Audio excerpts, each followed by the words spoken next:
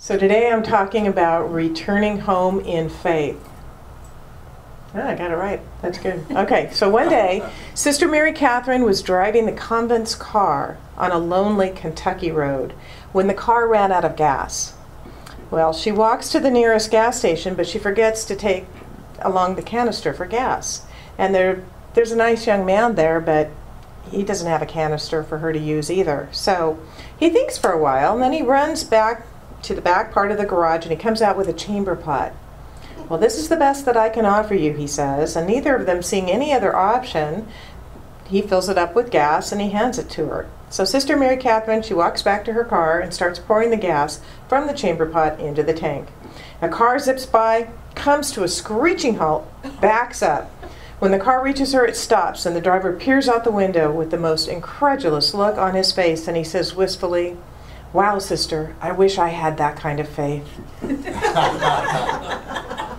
So this morning, we're going to take a look at the idea of having that kind of faith, in line with our monthly theme, which is returning home to the source of life itself. And returning home regardless of the conditions and the circumstances that surround us. So today we're going to take a look at the role that faith plays in our ability to do just that. And as I was preparing this talk, I wondered how many times ministers throughout the ages have given talks on faith. And I suspect that the answer to that question is similar to the answer to the question, how many stars are there in the sky? Billions and billions and billions, to quote the late Carl Sagan, right? Then I wondered how many times I've given a talk on faith. Well, it hasn't been billions or billions, but it's been the topic many, many times, of course, because it's very important. So why am I doing this again? There's two reasons. One, because it's such a vital element in this spiritual journey we are walking. And number two, I believe there's something we all need, that it is something we all need right now. There's uncertainty everywhere. I mean, just turn on, CNN, constantly negative news, right? You know, there's uncertainty with with economy, the health, war, terrorism, things like that. We need to return to our faith. It's just vital. So we could all benefit by this, by returning home in faith. And the real question is, faith in what? We all have a lot of faith. We all have a lot of faith, but in what do we have faith? What are we placing our faith in, right? Oftentimes our faith is misplaced. Ernest Holmes in The Science of Mind, under the heading of Misplaced Faith, wrote, "Someone has said that the entire world is suffering from one big fear, the fear that God will not answer our prayers." Let's analyze the fears which possess us. The fear of lack is nothing more than the belief that God does not and will not supply us with whatever we need. The fear of death is the belief that the promises of eternal life may not be true. The fear of loss of health, loss of friends, loss of property, all arise from the belief that God is not all that we claim. Omniscience, omnipotent, and omnipresent. So what then is fear? Nothing more or less than the negative use of faith. Faith misplaced to correct all the evils of the world would be but to have faith rightly placed. A faith that lays hold of the beneficence of God, the unity of all life, and the integrity of the universe. So the key words here are a faith that lays hold of the beneficence of God, the unity of all life, and the integrity of the universe. So what would your life look like if you had faith, complete and total faith in the beneficence of God, the unity of all life, and the integrity of the universe? Well, that's what we're going to explore here this morning. So number one, the beneficence of God. So here's a question. Does God change the Tao? Is there a ticker tape on God? Hey, God's up 2 points today. Does the headline read, "The infinite got a little more infinite today"? Is God a little less because there's chaos, strife, and disease? Well, Jesus didn't seem to think so. His work was not dependent upon good times, was it? Did he say, "I'll come back when there's no more leprosy"? Or, "I think I'll serve lunch when there aren't so many hungry people"? Or, you know, I'm going to wait until the water freezes before I walk on it. He depended solely, exclusively, 100% upon the infinite. And Jesus wasn't the only one. We are all aware of the story of Moses and the children of Israel, who wandered in the desert for 40 years in search of the promised land. So can I tell you just a little side story before I get to my point? All right. At the Hebrew school, Mr. Goldblatt, the teacher, finished the day's lesson. It was now time for the usual question period. Mr. Goldblatt announced to little Joey, "There's something I can't figure out." "What is it, Joey?" asked Mr. Goldblatt. "Well, according to the Bible, the children of Israel crossed the Red Sea, right?" "Right." "And the children of Israel beat up the Philistines, right?" Yeah, that's right." "And the children of Israel built the temple in Jerusalem, right?" "Again, you're right." "And the children of Israel left the land of Egypt, and the children of Israel fought unsuccessfully against the Roman, and the children of Israel were always doing something important, right?" "All of that is right," agreed Goldblatt. "So what is your question?" "What I want to know is this," demanded Joey. "What were the grown-ups doing all this time?" Okay, so back to our regular scheduled programming. So what was Moses supposed to do with all these children of Israel? They had to be fed, right? They had to be sheltered. They had to be provided for. Do you know how many people we're talking about here? Let's just say there were a lot of children of Israel. And according to Quartermaster General, who apparently doesn't have enough to do, it is reported that Moses would have had 1,500 tons of food each day to feed these people.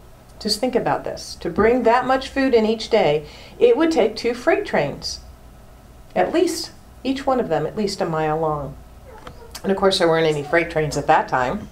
Now they would also need firewood to use to cook, right, all of this food. And that would take 4,000 tons of wood and a few more freight trains, each a mile long, just for one day to feed all of those people. And oh yes, they would also have to have some water. If they had enough to drink and wash a few dishes, it would take 11 million gallons each day, and a freight train and tank cars, 1,800 miles long, just to bring in the water. But then, each time they count, at the end of the day, a campground 2/3 the size of the state of Rhode Island would be required, or a total of 750 square miles long. Just think about that. That's kind of huge. Do you think that Moses figured all this out before he left Egypt? I don't think he did. You see, Moses believed that the spiritual good had no correlation with conditions or circumstances. And there's that topic again. I'm always talking about looking out at circumstances and conditions and then making judgments on our life. Moses, like Jesus, relied on the infinite power of the infinite. So even if things don't look so good, if we have faith in the beneficence of God, we know that they are. So let me illustrate with a story I've told before, but it's been a while since I have, and it fits right in here. There were 2 young men who grew up in a tribe in Africa, and they were best friends. One man became the king, and the other man was his right-hand man. Raise your hand if you've heard this story. You're not remembering. Good, good, all right. The right-hand man had a habit of saying, "This is good." Together they would go hunting, and the right-hand man would load the gun, and the king would shoot. Then one day, the right-hand man made the mistake of loading the gun incorrectly, and when the king shot, he shot his thumb off. The right-hand man said, "This is good." The king said, "This is not good." And the king was mad and put the right-hand man in jail. About a year later, the king was alone hunting in what was known as an unsafe area, and a cannibal tribe captured him. They had him all prepared for dinner, tied to the stake, standing on the woodpile. They were ready to light the fire when one cannibal noticed that the king was missing a thumb. These cannibals were very suspicious and would not eat anyone less than whole. The king realized that it was his missing thumb that saved his life. He went straight to the jail and shared the whole story with the right-hand man and said that he was wrong and that it was so not good that he had spent a year in prison. And the right-hand man said, "No, this is good." The king asked, "How is it good that I put my best friend in jail?" The right-hand man said, "Because if I had not been in jail, I would have been with you." So with that, we move on to number 2, the unity of all life. And I have actually little to say on this idea of having faith in the unity of all life, other than this idea which Wayne Dyer, rest in his soul, right, posed in his book. There's a spiritual solution to every problem. He says that we have one problem from which all sub-problems flow. That one problem is the belief that we are separate from God. That we are separate from God. One problem. And a side note, this is what Ernest Holmes taught as well. It is from this feeling of being separate that we create all of our fears and doubts. Would you ever fear if you knew without a doubt, which is what faith is, that God was your real self? Would you ever feel if you knew that God was expressing itself as you and that you could never be separated from the divine source? Obviously, no, you wouldn't, would you? Obviously, fear would be impossible. I love this quote from the Course in Miracles, which I must tweak a little bit. The original quote goes like this: if we knew who walked beside us, there would be nothing to fear. And I've tweaked it to say, if we knew who walked as us, if we knew who walked as us, there would be nothing to fear. And that's all I have to say about that, because I think it says it all. Can't really embellish more on that. So our final point this morning is number 3, the integrity of the universe, which takes us to the third idea in Ernest Holmes' quote, faith in the integrity of the universe. What does faith in the integrity of the universe mean exactly? To me, it means that I have faith that the universe works like it works. Okay, it always works. And as good New Thoughters, we say we believe in, have faith in, the law. We say we know it works all of the time. We say we know it works for everyone alike. It rains on the just and the unjust alike, right?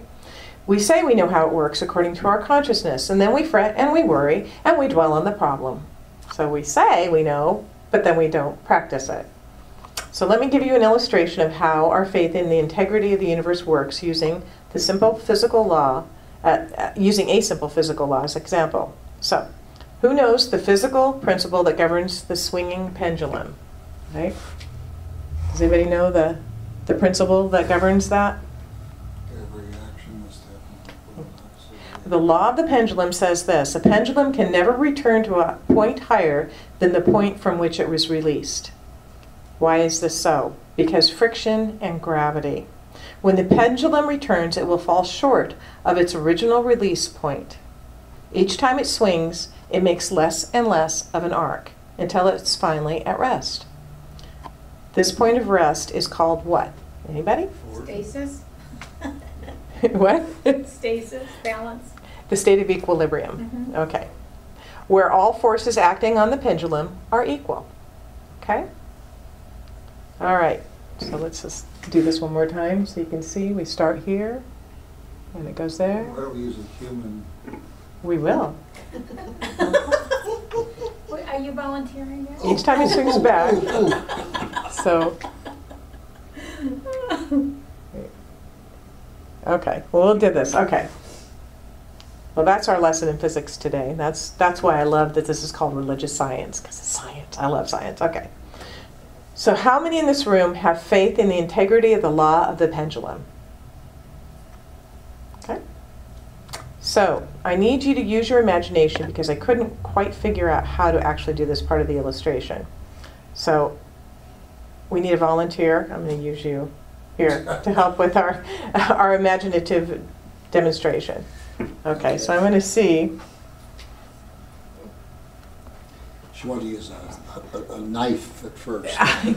Well, the experiment calls for a 250-pound, weight. Okay, so what we need you to do is come all the way over to where we're going to let it go. Okay. All right. So Closer.